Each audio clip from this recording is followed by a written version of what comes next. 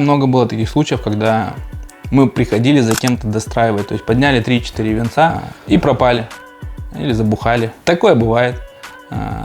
Это приводит еще к большим последствиям, потому что у вас заказан материал, он лежит на стройке, быстро, оперативно никто не может мы не можем, оставить своего заказчика без дома, оставить его на полэтапа и прибежать к вам быстро строить, потому что у вас портится материал. Вы ждете, мы вам рассказываем, что будет, если вас устраивает, мы приходим через месяц-два, достраиваем вам дом.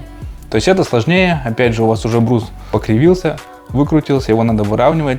Удорожание происходит за счет того, что какой-то брус придется поменять. Удорожание происходит на пружинных узлах, потому что деревянными шкантами не выровнять брус, чтобы он ровно встал. Нужны пружинные узлы. Один шкант стоит 5 рублей, пружинный узел стоит 150 рублей. То есть на дом уходит 1000 штук, и вам надо 150 тысяч найти на эти пружинные узлы.